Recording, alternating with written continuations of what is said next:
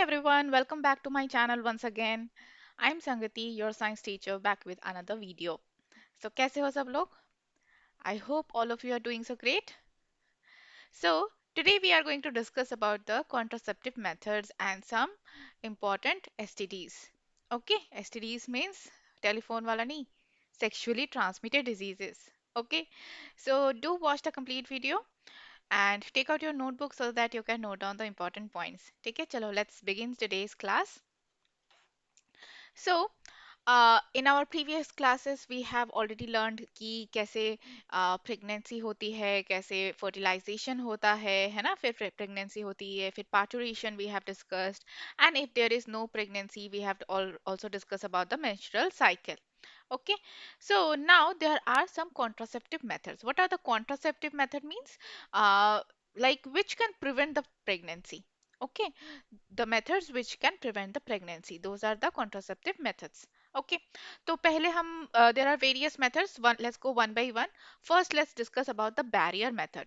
Barrier नाम से पता चल रहा है क्या है barrier है कुछ it is going to create some barrier. So basically in the barrier method some tools are used जैसे कि condoms for males है फिर females के लिए भी होता है फिर cervical cap है sponge है diaphragm है.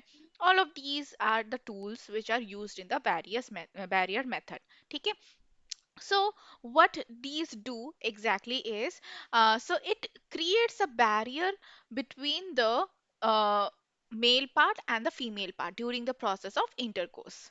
Okay, so it creates a barrier जिसकी वजह से sperm cannot enter the female's vagina, and if the sperms along with the like seminal fluid which is called as the semen अगर वो enter नहीं कर पाएगा तो of course there is no chances of fertilization है ना. अगर वो enter ही नहीं कर पाएगा अगर if it is not meeting the ovum, there is no chances of the fertilization. और अगर fertilization नहीं होगा तो फिर implantation process भी नहीं होगा और उसके बाद के processes भी नहीं होंगे. ठीक है. सो this is one of the very good method. You can see अगर इसको परफेक्टली अगर यूज किया जाए तो 95 to 98% पॉजिटिव रिजल्ट देता है. It can prevent the pregnancy. Okay. Next method is the hormonal method, which is can be done by achieved by taking some hormonal pills, okay, which are also known as the contraceptive pills. ऐसे tablets की तरह आते हैं ये. Okay. Now इनका क्या काम होता है? These pills are basically contain some hormones जैसे कि estrogen and progesterone. These are consumed by the female. Okay. तो अगर ईस्ट्रोजन एंड प्रोजेस्टेरॉन है इसमें so it actually what it does it fluctuates the hormonal level in the female's body जिसकी वजह से जो ओव्यूलेशन का प्रोसेस है वो डिले हो जाता है. ओके. तो बेसिकली देखो दो टाइप के हार्मोनल पिल्स आते हैं. एक फर्स्ट टाइप का हार्मोनल पिल क्या करता है? ओव्यूलेशन का प्रोसेस ही डिले कर देता है. अब अगर ओव्यूलेशन का प्रोसेस ही डिले हो गया तो ओवम निकलेगा ही नहीं. ठीक है. और फर्टिलाइजेशन भी नहीं होगा उस टाइम पे. दूसरा टाइप का जो हार्मोनल पिल होता है वो क्या होता है बेसिकली अगर आफ्टर द इंटरकोर्स अगर इंटरकोर्स हो गया उसके बाद लिया जाता है और उसमें क्या करते हैं it contains some hormones which are going to make a inhospitable environment for the sperm जो कि which helps to kills the sperm. Okay. तो इसको हम स्पर्मिसाइड्स के नाम से भी जानते हैं. ठीक है. तो वो क्या करेगा? स्पर्म को ही किल कर देगा और no fertilization will takes place. I hope it is clear. ठीक है. So these are the hormonal method. But इसके साइड इफेक्ट्स भी होते हैं because this is the hormonal method we are consuming some hormones है ना estrogens and progesterone releasing we are consuming this. तो इसके साइड इफेक्ट्स हो सकते हैं फीमेल्स पे like it can leads to जो मेंस्ट्रुअल साइकिल है वो इरेगुलर हो सकता है. Okay. Irregular menstrual cycle. Okay. It can lead to some dizziness. Okay. Hormonal imbalances in the body. Mood fluctuation हो सकता है. ये सारे जो साइड इफेक्ट्स है इसमें देखे जा सकते हैं. एंड अगर इसको प्रोलॉन्ग पीरियड ऑफ टाइम के लिए यूज किया जाए लाइक काफी साल तक अगर कोई इसको कंटिन्यूअस यूज कर रहा है so it can be very dangerous for the body also. Okay. Alright, तो बैरियर मेथड में हमने जो देखा था इसमें कोई साइड इफेक्ट्स नहीं थे, there was no side effects, but जो हार्मोनल मेथड है there is side effects. Okay, चलो नेक्स्ट हम डिस्कस करेंगे इंट्रा यूटेराइन डिवाइस, आईयूडीज। ठीक है, इंट्रा यूटेराइन डिवाइस। तो इसमें क्या होता है, इंट्रा यूटेराइन मींस यूटरस में डिवाइस इंसर्ट किया जाता है। Some devices are inserted inside the uterus, जैसे कि कॉपर आईयूडी है, कॉपर टी। ओके, तो ये कुछ ऐसे कॉपर कॉपर का बना होता है टी शेप का, इसको सर्जिकली यूटरस में इम्प्लांट कर देते हैं। ओके, अब ये क्या करेगा, ये वहां पे कॉपर के आयंस रिलीज करेगा। Okay, which is going to make the environment unfavourable for the sperm.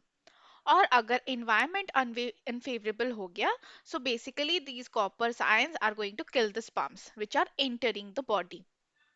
All right, so that's how it can prevent the pregnancy. Now, hormonal IUDs भी होते हैं. Again, these are releasing the progestin. Okay, so which are preventing the egg formation. All right, so these are the hormonal IUDs. So these are inserted surgically. तो again अगर ये surgical procedure है तो इसमें कुछ side effects होते हैं, जैसे कि यहाँ पे यूटरस वाले एरिया में swelling हो सकता है, itching problem हो सकता है, ठीक है, uncomfortable feel हो सकता है फीमेल को. These could be the side effects. All right. Okay. So next type of contraceptive methods है surgical method, which are the permanent method. All right, तो ये जो आईयूडी इंसर्ट किया था this was not permanent, it you can call it as a semi permanent. जैसे कि एक आईयूडी की एक लाइफ होती है, ठीक है, 5 साल 10 साल तक ये ऐसे ही रहेगा, उसके बाद वो फिर डिग्रेड हो जाएगा, अपने आप खत्म हो जाएगा, ठीक है। बट ये जो सर्जिकल मेथड है this is the very permanent method you can say. तो इसमें दो तरह के आते हैं, tubectomy and vasectomy. Okay, tubectomy is done in the females body. यहाँ पे फीमेल के जो फैलोपियन ट्यूब है इसको सर्जिकली कट करके यहाँ पे टाई अप कर दिया जाता है। ओके, कट करके टाई अप मतलब सील कर दिया जाएगा। अब अगर फैलोपियन ट्यूब को ही कट करके सील कर दिया गया तो क्या होगा, यहाँ से अगर ओव्यूलेशन हो भी रहा है तो sperm will be here, sorry ovum will be here and sperm will be in this side, तो वो फर्टिलाइज नहीं कर पाएंगे। ओके, वासेक्टोमी में क्या हो रहा है, जो वास डिफरेंस है इसको ही कट करके टाई अप कर देते हैं, तो यहाँ से स्पर्म यहाँ पे ट्रैवल ही नहीं कर पाएगा। ऑल राइट, स्पर्म ट्रैवल ही नहीं कर पाएगा वास्ट डिफरेंस से। So these are the surgical methods for which are preventing the pregnancy. Okay, तो ये मेथड्स यूजफुल कब होते हैं, basically see it these methods are used to prevent any kind of unwanted pregnancy.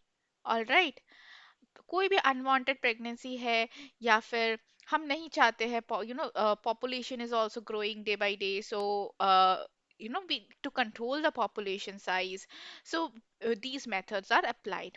Okay, now इसमें से देखो best is the best method जो है and the most used method like this is the barrier method.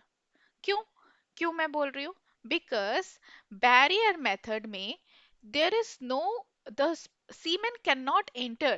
Okay, so there is no chances of the like contact, so it is preventing the pregnancy as well as it is also preventing the STDs. Okay, तो ये sexually transmitted disease को भी prevent कर रहा है। क्यों, क्योंकि जो सीमेन है वो तो एंटर किया ही नहीं है ना, it is not entering in the females body, so वहां पे कोई जो फ्लूइड का जो मिक्सचर है, मिक्सचर ऑफ फ्लूइड का कोई चांसेस ही नहीं है, that's why it is preventing the sexually transmitted diseases also. Whereas जो हमने बाकी के मेथड्स डिस्कस किए जैसे कि hormonal, IUD and surgical methods, these are not helpful in preventing the STDs. Okay, so barrier method के दो फायदे। All right, अब STDs जो कि sexually transmitted disease है, ये क्या होता है और ये कौन कौन से डिजीज है, और क्या ये बहुत ज्यादा हार्मफुल है हमारे बॉडी के लिए?